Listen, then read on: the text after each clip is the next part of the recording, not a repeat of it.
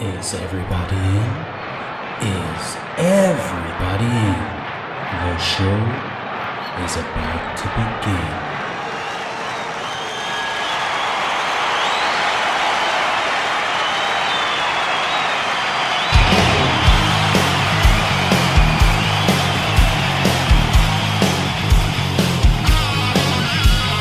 Welcome to the podcast, concerts that made us, interviews and stories, tales from the bus. We love taking you back to when it all went down. The greatest live shows and that cheering crowd sound. It's concerts that made us, concertsthatmadeus.com.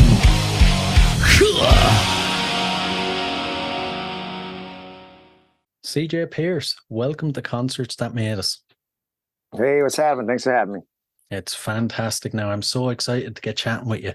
Now, you've had a very busy few months. You were on the Snafu tour with Saliva, Alita's Way, and Any Given Sin. How was it?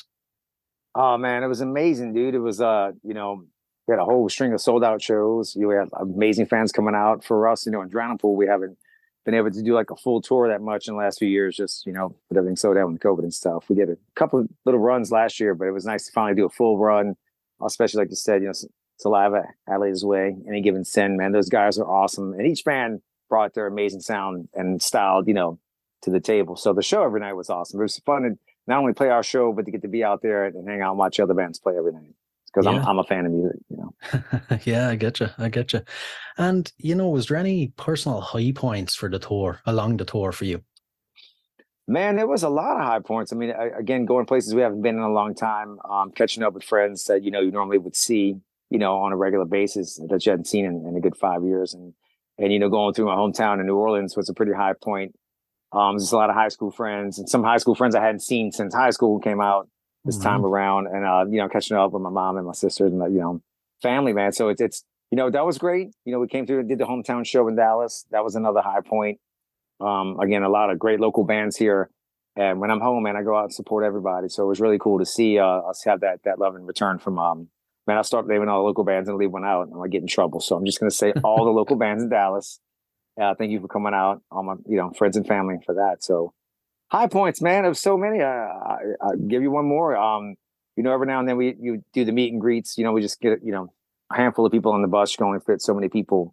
And there was one night when, old rocker dude, I say old rocker dude, probably same age as the rest of us in the band, but, he's got a 15-year-old son out there that just started playing guitar and it's his first rock show ever. So they came up on the bus and we signed his guitar and everything. So it was just good to see that excitement. I remember being 15 years old. I never met anybody in the band until I was like 28. But you always wanted to meet the bands and get to know them. And so it was good to meet, his father, son. And then after the show, it just happened, after we're done playing, I was walking to the bus and they were heading out, leaving. So I just asked him if they had a second, and I brought him up with his son on the bus, and he's learning some stuff. So I had my guitar in the front, so I just gave him a couple of lessons, so, some things to kind of fast pace, a couple of again I hung out with Dimebag and a whole bunch of times with so many great guitar players picking up the little things that they did, tricks that they did to warm up and stuff like that. Zach Wild's got his own style of doing things, so. I sat down with the kid and showed him a couple of licks real quick, showed him how to play bodies and send them on their way. Oh my God. You're going to be inundated now with requests for personal guitar lessons. Oh man, I'm down for it. There was a time period I was doing lessons for a little while. There was a summer or two we wasn't touring in a while back. And I teamed up with a friend of mine and teaching out of school. And I love doing it, man. It was great having students and all, but I'm kind of in and out the house again. So it's hard to have like that regular flow. Unless I did some stuff online, I guess I could do that. I never really thought about getting into it with the online thing, but maybe so, man. Yeah, I wouldn't say no anyway. And after so long in the business, how has your approach to touring and going on the road changed?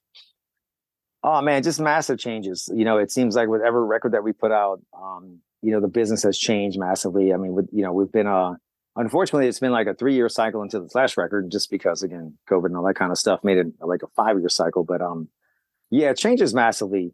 You just, being independent, I guess, is kind of the road we're going down. Just no disrespect to labels and stuff like that. But, we were fortunate to sign, with one. And at this point, it's been 4 different labels. And, the last time we got burnt yet again, you sign paperwork, it's a major label, and they make all these promises and stuff, and then they don't follow through, management label, if you will. So that's been a hard lesson to learn and finally accept after, a good 20 plus years that, if you want something done right, you got to do it yourself, man. I mean, it's just, you rely on people to do that and you expect them to do it. You think they're doing it and they're not getting it done. They still make all their money, but they're not, holding up their end of the deal. We write music, we put on a show, we go on tour, leave our families, and we're doing, what we love to do. And then on the other side of the fence, just nothing else getting done. Yeah. So you're it's doing all the work there, the, sitting back. So now we're like that, man. Things have never been better, dude. This year's been great for us, man. 2023 has been awesome. We have Ryan McCombs back in the band.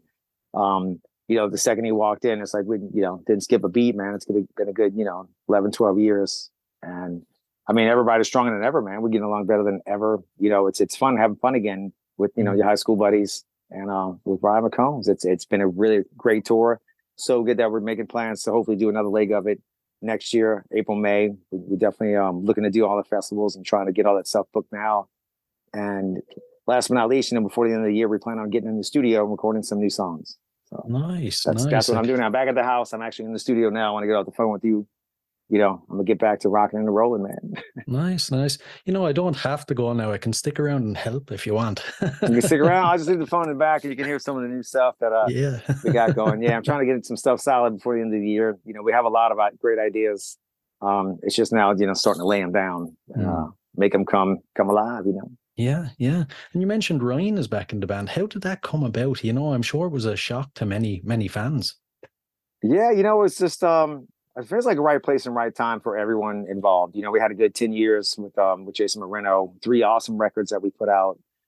Just think coming, on this last record, again, music business being what management, music business being what it is, I think that, he was let down for, a third time in his career. At the same time, he's got a big family, had a lot of stuff going on at home. So, at this point in his life, I think that's just, the best place for him to be with everything involved. And that's the choice that, he made coming into the beginning of 2023. We started doing 3-piece stuff. We did a good 7-8 shows, just us 3. And I thought maybe this is the future of Drowning Pool. And all of us have been friends since high school and we all sing and write music together anyway. So it wasn't that big of a transition, if you will. The shows that we did as a 3-piece, nobody said anything like, even asked any questions. They were just like, rock show. Like nobody said anything. All right. You noticed somebody was missing, but we had a lot of great festivals that we did so far this year, a few more coming up. And most notably, we had, a show coming up with Pantera. It was May 6th. And it was the first show back. Well, first show in the States because, Pantera got together. They were doing a lot of, festivals overseas and stuff like that. So, the promoter there wanted Drowning Pool and Pantera, Texas metal bands on the show. And with that coming up, Stevie Benton, our bass player, it's like had the idea, Ryan's still been active and playing with Soil, which, they're doing amazing. They did put out some new material as well. So yeah, check out the Soil stuff, man. We've been a fan of Ryan since day one, and that's another reason why he's rocking out with us in Drowning Pool. And so Stevie hit him up and like, hey man, do you want to do a couple of these festivals with us? We had this Pantera show. We want to come on like a 4-piece, like like traditional Drowning Pool. Like we were with Dave, and he came to the house. He came and stepped right here in my studio, stepped right here on this bed. Nice. And yeah, I'm right here. This is Ryan's partial home when he's here in the States. And man, we just like I said, we just started writing music instantly, and we went in the rehearsal room and just started playing like we'd been rehearsing, like we never stopped playing, man. It clicked, it made sense. And again, having the best year for Drowning Pool 2023, man. You and me, we back on it. Good to hear. Hopefully it continues now into 2024. And most definitely. I suppose at this stage, so I usually like to dive into my guest's history when it comes to music. Maybe give the listeners some insights they haven't had before. If you can you remember your earliest musical memory? Yeah, the earliest musical memories. My dad played in a band. He played bass and sang, and they were rehearsing in the living room. So I definitely, remember them jamming, if you will. But I don't think I've mentioned this before, but the dad had the stereo and had the way the volume worked on that one is just levers that went up and down. And as a kid, I don't know what I was doing, and I just hit it going. And his stereo was blasting loud as can be, and he had ABBA, Dancing Queen, 8-track in there, and that's what came on loud as but it was amazing because it was so loud, but it was also like, what is this? It's like the Eurovision movie, man. It's just dancing to ABBA. So I started off just like that, man. I can't lie. Right. My first like memory of like, oh my God, what is this? And then, my dad, again, they did a lot of like Black Sabbath covers and Jimi Hendrix and Led Zeppelin. So that's really, to be honest, that's really where I got my early start of influence. And, Right. Something Black I've Sabbath. noticed. Yeah. Something I've noticed is, the heaviest metalhead guys, like 90% of them, their earliest musical memory is something like ABBA or the Bee Gees. It's kind of strange. All right. The Bee Gees and like, with Stevie, basically, his parents all about the Beatles. So like he definitely had a big, Beatles influence upbringing. But, coming around the age of like, I was 11 when I got a guitar, 11, 12, 13, when I really started getting into metal, like, Testament was a big influence for me, Alex Skolnick. Besides the fact, a lot of 70s, like you said, Led Zeppelin, bands like that, all the classic rock. I was already there. But when I really started playing is when metal came out. Metallica was just, blows up out of nowhere. So that's really, Pantera, of course. And that's kind of been the foundation, I guess, of our sound. Classic rock, metal, and then we just throw our own mix of stuff in it, as we evolve. Yeah. And growing up then, your local music scene, what was it like and how does it compare to today, do you think? Yeah, growing up in New Orleans, and there was a lot of jazz and blues around. Also a big influence, funk music, jazz and blues. I love that. Mardi Gras time, every year we were down there, and just amazing songs in that era. That's which also turned me on, like I said, 70s funk, and Chili Peppers. I was definitely in a Chili Peppers phase. So it's like listening to that and also listening to like I said, Metallica or whatever. That's Faith No More is a good, I think, version or rendition of which kind of goes on in my head because they mix a lot of styles like that as well.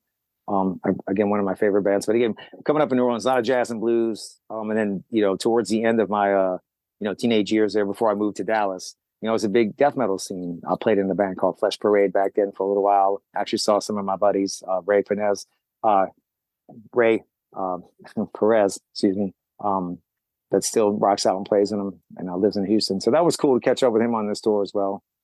So big death metal influence on top of the jazz and the blues and the classic rock. So I guess I'm just a blender, mixing, just mix it all up, man. Whatever pops out in the head that day, Yeah.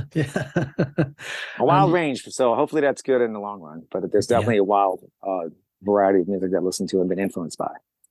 Yeah, definitely. And it's called Concerts That Made Us. So I have to ask, as a concert goer, what concerts do you think have made you? Maybe. I mean, it was definitely, I'll start with the first one I ever went to. It was Rat with some band nobody ever heard of called Bon Jovi opening up for him at the time, right? Who? Who's this guy? So that was pretty blown away by that. Seeing Rat in the light show and just how loud it was back then. I don't think they had any dB limiters.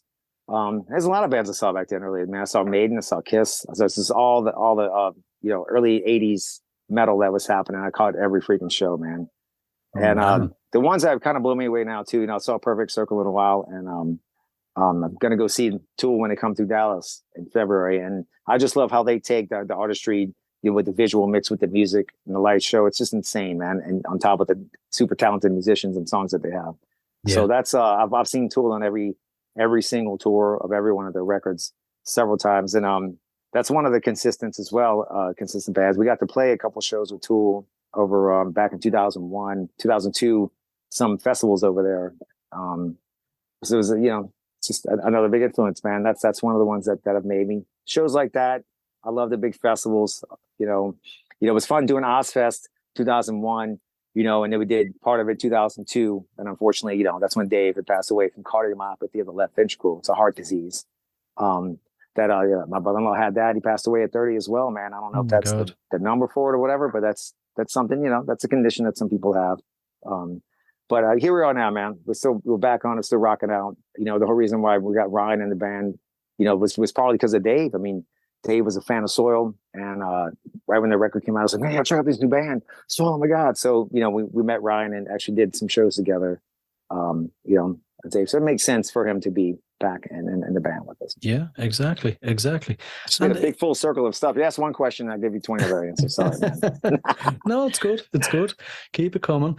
And if you think of all the gigs, this will be hard now. If you think of all the gigs you've played over your career, is there one that sticks out that you kind of revisit in your head as the perfect one? So ones that I played, yeah, there's been several, man. You know, there was one, you know, we're talking about this not that long ago, because we just played in South Carolina, but we did the House of Blues there early on with Dave.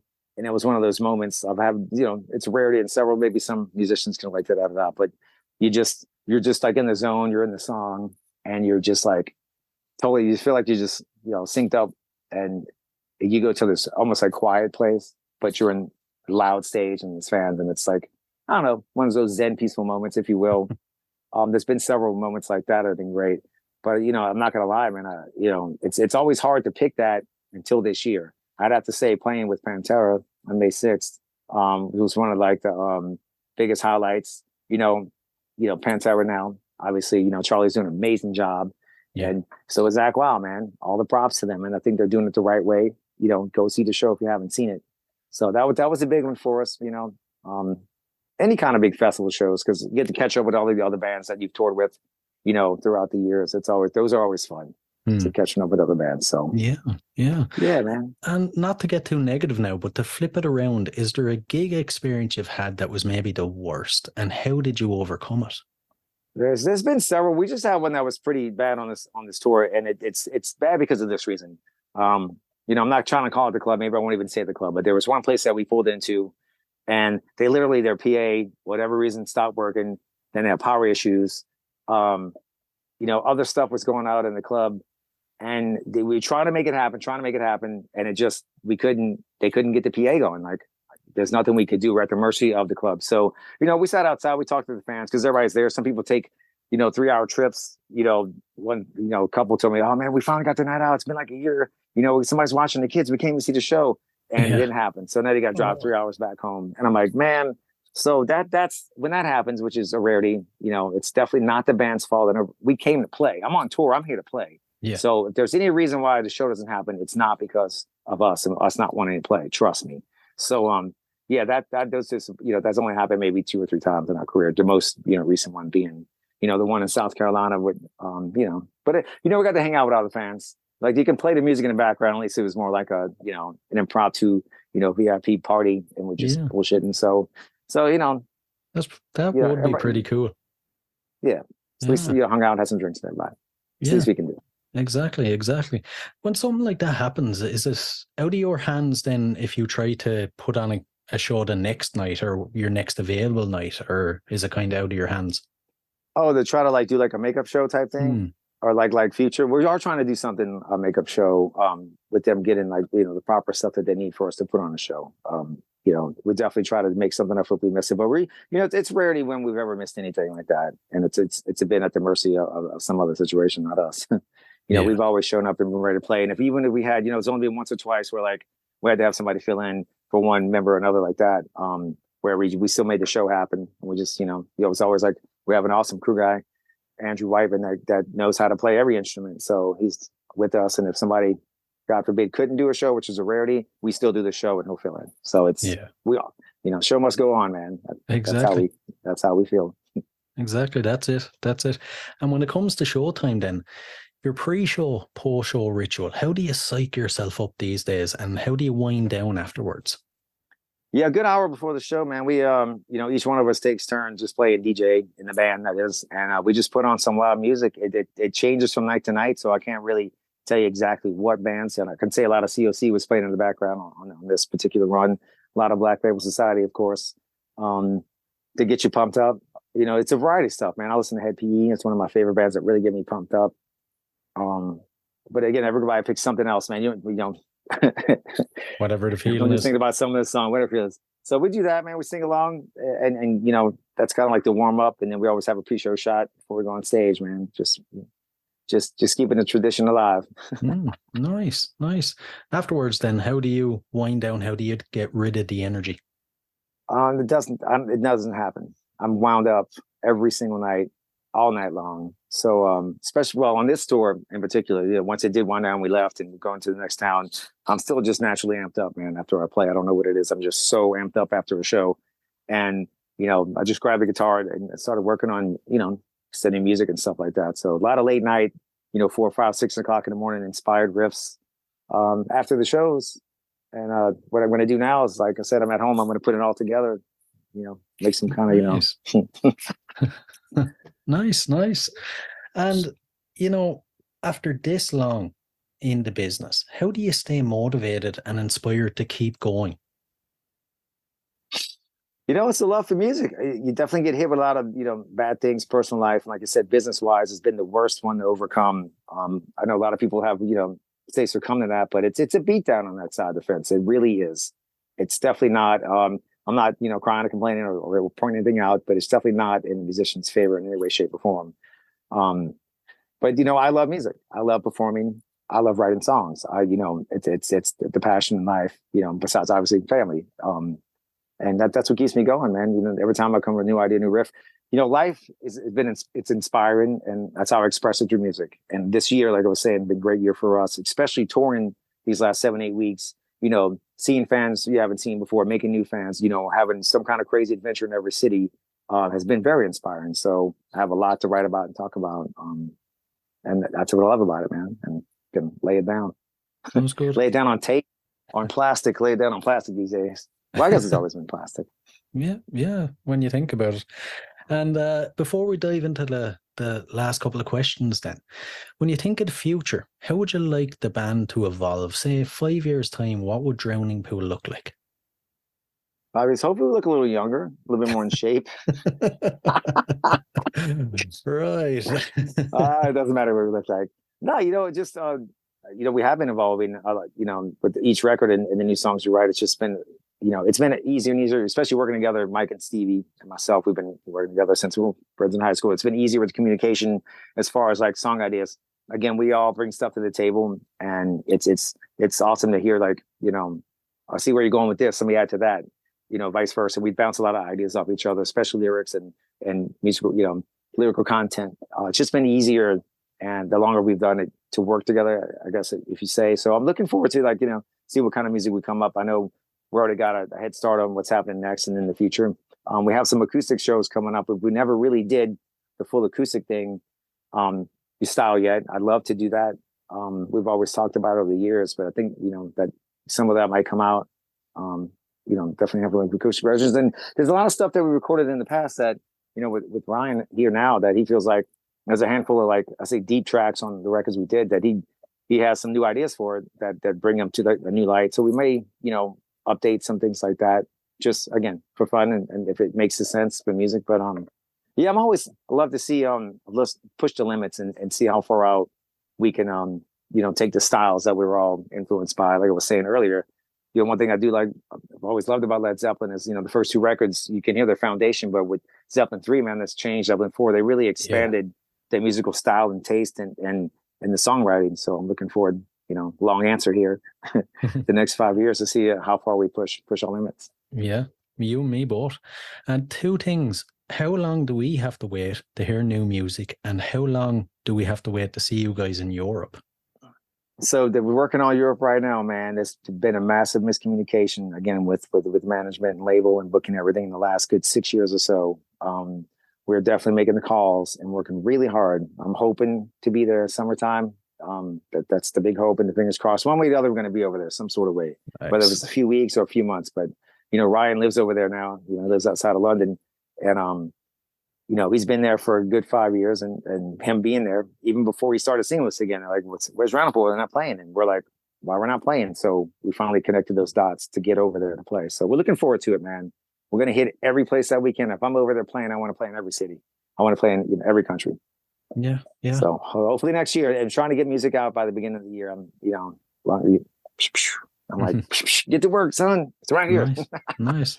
Ryan can repay the favor. You can sleep on his floor in London. Well, you know what? We're all going to sleep at his place, man. So, but now he's always welcome me, man. Everybody's always welcome me in the home studio. I'm glad I have it set up. It's a house for music, man. Oh, I didn't get to show you this last time, man. No. My house is like, well, I'll wait till the last question and I'll walk out there and give you a little I mean, this is the part of what I got going on, but the other part's almost like Guitar Center out here. And it's just nice to have the home studio. I'm very fortunate to be in a place in my life where I have everything set up that I need, all the essentials, and can record a record in the house. We still go work with Sean McGee in Vegas to get the thick of it, but I still get stuff done here at the house, which is great. Yeah, just walk in ready to go. Yeah, it's coming here. Just it's like people's home office to get the day started, but for me, it's I get my music. I get to do music. Yeah, that's my day. Mostly all night, really. During the day, we sleep like vampires. I'm not gonna lie. Not too bad. And we'll dive into the last couple. So your dream tour lineup with Drowning Pool. What bands would you like to go on tour with? The dream, man. There's so many I could start naming. I know I won't name them all. It would be nice to do a full tour at Metallica, of course. A full tour at Pantera, absolutely. That they're so lucky to get to do that together now. There's a lot of bands that we came up with. Any bands that we played with on Ozfest 2001, go through that whole list. System of a Down, and Papa Roach. I might be mixing 2001, 2002 together. There's Non-Point Guy forever. I can go down a list. Mudvayne's freaking awesome. Rob Zombie. I'm gonna just name every band. So every rock band there is. Let's just do the all of us tour. Yeah. Probably to be a whole week of shows, and then we'll just move to the next town. Just be like a whole week in this town. That would probably just sum it up like that. That'd be great. Yeah, a whole week pass. And if you could see any performer from history in concert for one night only, who would it be? Yeah, it would definitely be the Jimi Hendrix. I never got to see him live. I saw obviously video and all that. But just to have that, it's like the Jimi Hendrix experience, to see that, because I know the dude just felt it. It didn't matter like what guitar he had or what amp. He was just one of those, musicians. And I'm not just trying to pull that obviously he's famous because he was so good, but the way he took, blues, jazz, and that kind of funk style and just blended it, it was kind of like the first time innovative and the bop pedal work. And I've always been a fan of the effects that he used to further express that feeling. So it would have been nice to see that live. And I haven't seen Led Zeppelin live. I almost had a chance to see him when they did one of the reunion shows, and it fell through years ago. So, but yeah, I'd say Jimi Hendrix. And here was me thinking you'd say ABBA. ABBA. Well, I can still go see ABBA. They put out a new record not that long ago. And no, I did not download it and listen to the whole thing. Right. Come on, man. It's ABBA. Yeah, has to be done. And if you had to spend 24 hours locked in a room with any musician from history, who would you pick? All right. I know that would be that would probably be Adam Jones. Right. Don't die on me. Adam Jones from Tool, man. He has I love his writing style and the fact that you can take one idea and make it change so many different ways through a good 11 minutes and come back around to the top. I think is awesome. Like, we would write maybe 2 or 3 songs, and like you said, 40 hours would go by. It was 24 or 48. How many hours, man? It's been a week in there locked up with that guy. So I got one of his, that's one of his model guitars. He's a big fan, and I got the Dimebag over here, of course. Beautiful. And my favorite BBC Rich, I write a lot on this guy right here. That's my my Mockingbird. That's just one of the many that we tore around with to found the right sound. Yeah. Oh, it's a beauty. And the final one. So, what song would appear on the soundtrack to your life? Well, if it was After I'm Dead, then it would be like The Body to the Floor, of course. Perfect answer. You already got the Requiem, right? For your yeah. For the funeral. Oh, CJ, it's been an absolute pleasure now. Hopefully we'll cross paths again in the future. Hopefully so, man. Yeah, I'll show you the inheritance wall, as we call it. Yeah. Because that's all I have to give to the kids right now. Daddy loves you. But yeah, check it out, man. Holy crap. Oh my God. Yeah, I had to show you that whole thing, man, the setup. Oh, and then man. we just went through Halloween, so we had the Offender. So, nice. What's up, you excited? All right. Well, cool, man. I'm gonna get on to it. I gotta get this. Are those guitars off limits, or do you play them? Oh no, I'm playing on each one of them, man. They were all ready to go. I have to restring a couple, and then the neck had busted on this one. I need to fix it. But this is my first acoustic ever. Oh, I still write on that one. This is the first guitar I ever got, electric guitar, when I was 12. oh man. And then I wrote a lot of stuff on the Strat. I actually wrote the beginning riffs of Bodies on that one, and I finished it on this guitar next to it. Tracked it on that in the studio. So yeah, I got a whole history wall, man. I should probably go through the wall and talk about stuff. This is my signature bottle from VC Rich, my first one. Oh man, I love it. So I went with the black and gold, and I have that, it's a tattoo I have on the back of the neck. Yeah, man, but I'm all about these Mockingbirds. I've been rocking those two lately. Beautiful, beautiful. Thanks for showing us. Yeah, man. Thanks for having me on the show, man. I appreciate it.